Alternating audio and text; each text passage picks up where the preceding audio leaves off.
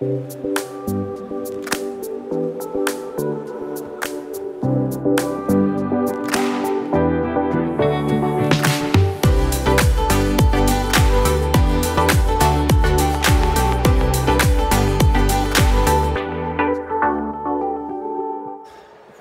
pour ce nouveau plateau télé des Salons Bipositive, nous allons aborder le sujet du bois bûche avec une filière qui est en train de prendre toute sa valeur et qui se structure énormément.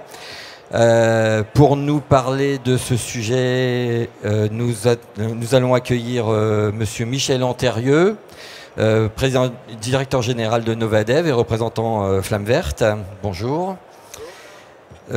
Alexandre Portier, donc de la société Euroénergie qui fait partie du groupe Poujoula, qui est responsable du développement. Jean-Bernard Anfou, bonjour, de la société Argaster, il est technicien. Et Monsieur Martin Deltombe, chargé de mission Bois Énergie chez France Bois Bûche Fibra.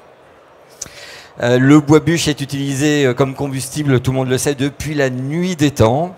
Et pourtant, il est plus que jamais d'actualité en ce 21e siècle. Beaucoup s'interrogent sur la pérennité de la filière qui est confrontée à une demande massive, aussi bien du côté de la construction que du bois énergie. C'est ce second sujet que nous allons aborder avec, pour démarrer, un état des lieux du bois bûche dans le domaine du chauffage. Je laisse donc la parole à Michel Antérieux qui représente Flamme Verte pour nous parler un petit peu du marché. D'accord. Alors, bon... Tout d'abord, en introduction, je dirais que quand je regarde ce qui se passe sur le salon, là, je ne suis pas du tout inquiet sur la pérennité du bois bûche parce qu'effectivement, il y a beaucoup d'énergie, il y a beaucoup de dynamique, beaucoup d'entreprises qui font du renouvellement de produits. Donc ça donne vraiment le moral sur le marché futur. Voilà. Le bois bûche, effectivement, il existe depuis la nuit des temps. Il y a beaucoup d'arguments qui vont dans le sens du bois bûche. Je ne reviendrai pas forcément là-dessus parce qu'on en a déjà parlé tout à l'heure, mais globalement, c'est l'énergie la moins chère. Hein. On a un facteur 3 par rapport au fuel, un facteur 4 par rapport à l'électricité. Hein. Donc, c'est juste pour redonner l'ordre de grandeur. Des coûts qui sont de la filière, des coûts d'énergie qui sont non fluctuants. Hein. On est en dehors des spéculations, de la géopolitique, etc. Voilà, c'est aussi la première énergie renouvelable en France. C'est l'énergie disponible sur le territoire. Je reviens à ce que vous disiez tout à l'heure. Effectivement, la France est un pays où il y a beaucoup de forêts. 30% du territoire national, c'est de la forêt. Un tiers de cette forêt, aujourd'hui, est exploitée, on va dire. Hein. C'est-à-dire qu'il y a un potentiel assez important. Donc, on peut dormir tranquille sur le développement actuel. Voilà. Et puis, je dirais que le développement de cette filière est aussi indispensable pour le mix énergétique français, puisque la France s'est engagée à avoir 20% des énergies renouvelables, 23% exactement de son mix énergétique en 2020 qui viennent des énergies renouvelables. Et aujourd'hui, on est à 16, donc il faut aller chercher les points qui manquent. Et dans cette partie d'énergie renouvelable, 43% c'est le bois bûche. Donc c'est massivement, effectivement, l'énergie renouvelable qui de loin est la plus importante. C'est pas la plus populaire, hein, c'est très clair. On en parle beaucoup de photovoltaïque, on parle beaucoup de plein d'autres choses. Mais il faut savoir que le bois bûche, voilà, on est là depuis l'homme préhistorique. Et j'espère qu'on perdurera jusqu'à la fin des temps. Voilà. Sans confronter les deux énergies bois, enfin, biomasse, bois bûche et granulé, voilà, le bois bûche aujourd'hui, on en est où en termes de volume de marché, en termes d'appareils? C'est un marché qui se passe plutôt bien, plutôt moins bien qu'à certaines années? Alors, en tant que co-président du SER, effectivement, je n'ai pas trop l'habitude de comparer mes enfants, mais on va dire que les deux, bois bûche et granulé, ne sont pas du tout en compétition. Le granulé, c'est une filière qui a démarré il n'y a pas très longtemps, il y a une quinzaine d'années, donc à l'échelle du bois bûche, c'est rien. Et qui donc, effectivement, a cru comme une start-up, je dirais, avec un développement très fort, qui continue à se développer malgré effectivement les années difficiles depuis 2012. Le bois bûche, lui, à l'inverse, effectivement, depuis 2012, a connu une période un peu compliquée. À partir de effectivement 2013, on a eu des décroissances assez sensibles, voire certaines années à 2 chiffres. Alors pourquoi? Parce que les indicateurs sont tous dans le mauvais sens. Le cours du pétrole est bas, le dollar est bas, il n'y a pas d'hiver depuis 2013. Alors aujourd'hui, on ne peut plus dire ça parce que fin 2016 et début 2017, il y a eu un hiver qui a été long, pas forcément très très froid, mais long. Et donc ça, c'est vraiment une dynamique très importante. Et ça rajoute à ce que je disais en introduction sur la dynamique du chauffage bois, parce que je pense que vraiment, aujourd'hui, les professionnels ont repris le moral et les particuliers ont senti que c'est pas parce qu'on parle réchauffement climatique tout le temps que pour autant il faut oublier l'hiver. Il y aura des hivers, et au contraire, il y aura des hivers normalement encore plus froids, des étés encore plus chauds. Donc il faudra des appareils encore plus performants. Et voilà, donc je ne sais pas si j'ai répondu à votre question. Et là, depuis l'augmentation à nouveau des coûts des énergies fossiles, vous sentez que ça reprend un peu? Ah oui, on sent un démarrage d'année assez fort, qu'on n'a pas connu très honnêtement depuis 4-5 ans.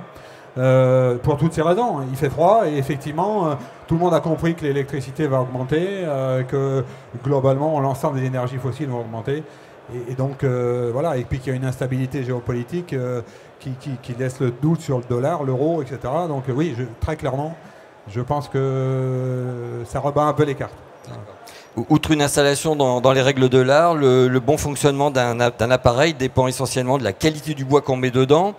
Quelles sont les préconisations et les actions concrètes donc, que l'on peut donner pour optimiser le fonctionnement? Qu'en pensez-vous?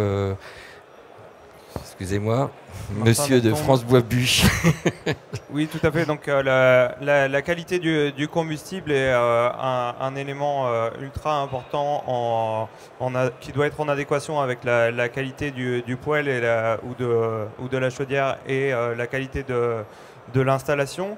Donc les professionnels producteurs de bois bûche se structurent actuellement pour proposer une qualité meilleure, donc une qualité meilleure avec un séchage optimisé, avec des dimensions plus faibles, que ce soit en longueur ou en section des bûches. C'est aussi et surtout une qualité de conseil et une transparence vis-à-vis du bois qui est vendu.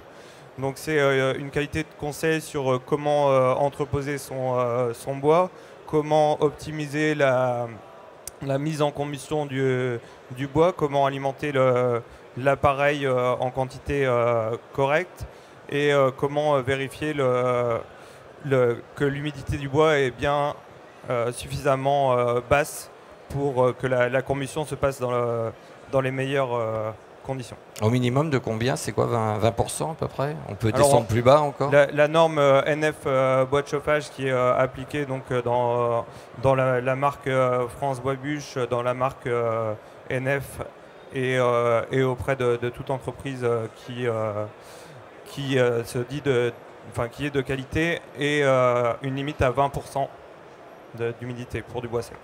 En termes de filière qui se structure, justement, au niveau de la distribution, ça se passe comment?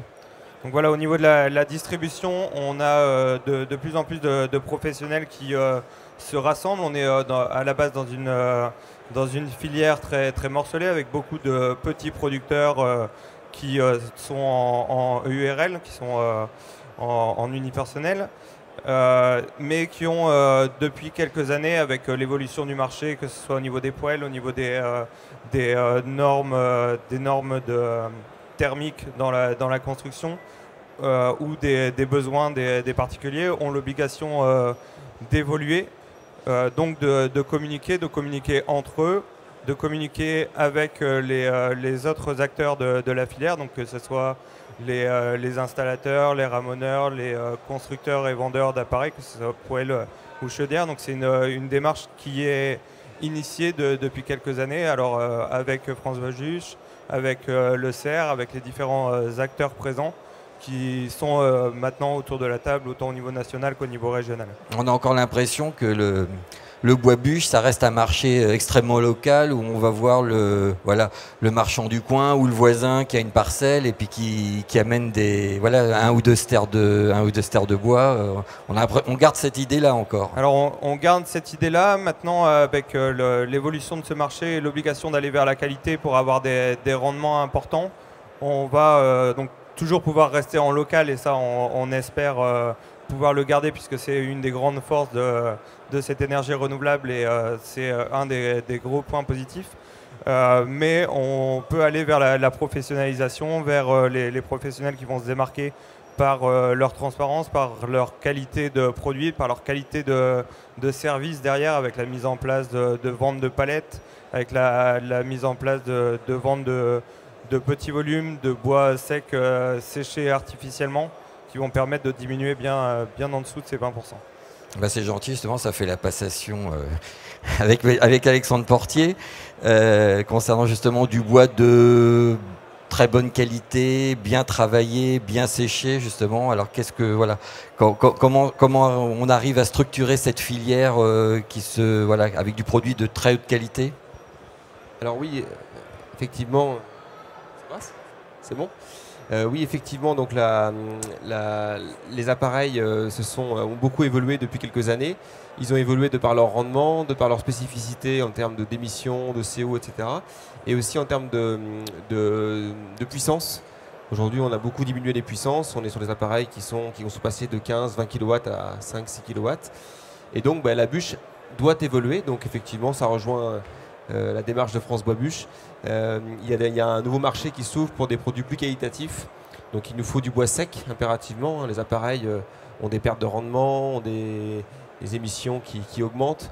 Donc il faut impérativement du bois sec. Donc soit le consommateur à la place est éduqué et achète son bois 2, 3, 4 ans à l'avance et fait un roulement, ce qu'on retrouve beaucoup en zone rurale, ou le consommateur est plutôt sur un achat immédiat.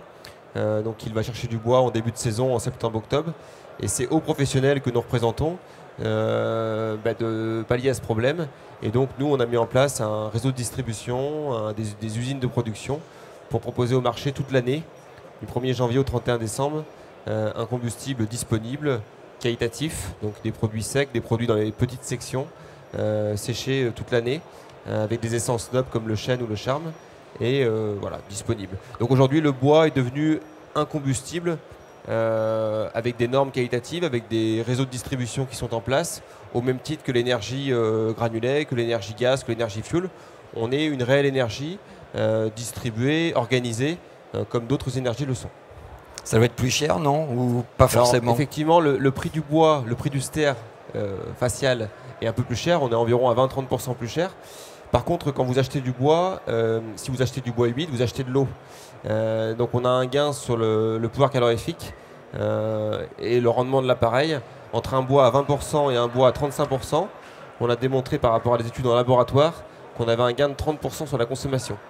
Donc le consommateur, il faut que le consommateur comprenne, dans notre pédagogie, on travaille pour tous ensemble, qu'il n'y a pas que le prix du bois, il faut aussi regarder effectivement son taux d'humidité, sa section, parce que on achète avant tout des calories. Il faut que tout le monde le comprenne. Donc un bois plus cher, mais en fin de compte plus économique, parce qu'il brûle mieux, voilà. Il est plus performant en termes de calories, et surtout il détériore moins les appareils. Voilà. Et surtout, en fait, il permet de respecter le rendement de l'industriel. Aujourd'hui, les appareils flamme verte annoncent des rendements. Ces rendements sont obtenus que si le bois est sec. Bien évidemment, si vous avez un combustible qui n'est pas sec, le rendement est dégradé. Il y a un encrassement de la vitre qui est fort, il y a beaucoup de cendres et vous avez des émissions polluantes malheureusement. Si tout est parfait, l'appareil, l'installation, le combustible, vous avez en termes de rendu, en termes de puissance et tout ça, ça fonctionne très bien. Le tout, c'est d'arriver à le faire comprendre à toute la filière. C'est ça. Alors du bon bois, une bonne chaudière. Alors après, quand on met le feu et tout, qu'est-ce qui se passe? Parce que malheureusement, autant le granulé a plutôt bonne presse en temps d'émission des particules, autant la bûche, c'est pas terrible. Donc là, l'œil du fabricant avec Argasner, quand on met les bûches dans la chaudière, qu'est-ce qui se passe après pour que les émissions polluantes soient les plus faibles possibles, on va dire? Donc effectivement, la manière déjà de charger une chaudière va être importante. Il faut toujours veiller à ce que les bûches soient les plus rangées possibles, en tout cas dans les technologies de chaudière que nous proposons et que proposent les autres fabricants qui vont être des chaudières à haut rendement, flamme inversée et régulation avec une sonde lambda. Donc à ce moment-là, il faut limiter au maximum les entrées d'air parasites pour que la combustion soit la plus complète possible. Et donc ça, c'est lié avec plusieurs facteurs. On va avoir déjà la chambre de combustion et sa composition qui doit permettre d'accueillir une haute température pour que la combustion soit la plus complète. Et après, on régulera les amenées d'air primaires et secondaires avec ce qu'on appelle la sonde lambda et une sonde de fumée qui vont permettre d'optimiser toujours en continu tout au long de la combustion les rendements. Et ce, malgré les changements d'essence qu'on pourrait avoir même au sein d'un même chargement, en fonction de la qualité de la bûche qui est en train d'être brûlée, là, on adapte la combustion pour rester sur des hauts rendements. Et pour revenir... Et ensuite, pour les résultats, donc en sortie, qu'est-ce qui se passe? En sortie, voilà, on est donc pour toute la gamme Argasner en tout cas, et pour pas mal des fabricants aussi de chaudières bois, toujours haut rendement, on est en dessous des 50 mg de poussière par mètre cube de fumée. Et même pour une partie de notre gamme, on est en dessous des 20 mg qui sont aujourd'hui la norme la plus drastique qu'on puisse rencontrer en termes d'émissions de particules. Donc c'est important aujourd'hui d'avoir ce discours, d'expliquer, parce que nous, tous les jours, en tant que fabricant, on entend parler de pollution de l'atmosphère liée au bois. Et il faut vraiment faire la distinction entre les anciens appareils de chauffage, comme l'a fait tout à l'heure Eric Vial de Propelé, où on voyait tout à fait qu'une chaudière émet moins de 20 mg de poussière par mètre cube de fumée, alors qu'une chaudière, une cheminée à foyer ouvert, on est à plus de 400. Donc il y a vraiment un écart qui est important. Et ça, dans le cadre des normes qui vont encore évoluer d'ici 2020-2022, je crois, où il va y avoir encore des... On va serrer un peu plus la vis en termes d'émissions, quoi. Oui. Et ce qui est important, c'est d'avoir des fabricants, mais c'est le cas en tout cas de beaucoup, qui travaillent continuellement sur des nouveautés, sur le développement technologique.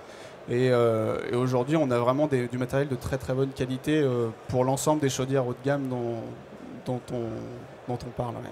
D'accord. Bon, bah donc des bons appareils, du bon bois. Donc a priori, la filière peut continuer de se développer et semble avoir encore un bon avenir malgré la concurrence entre guillemets du granulé. Merci messieurs de votre participation et à très bientôt.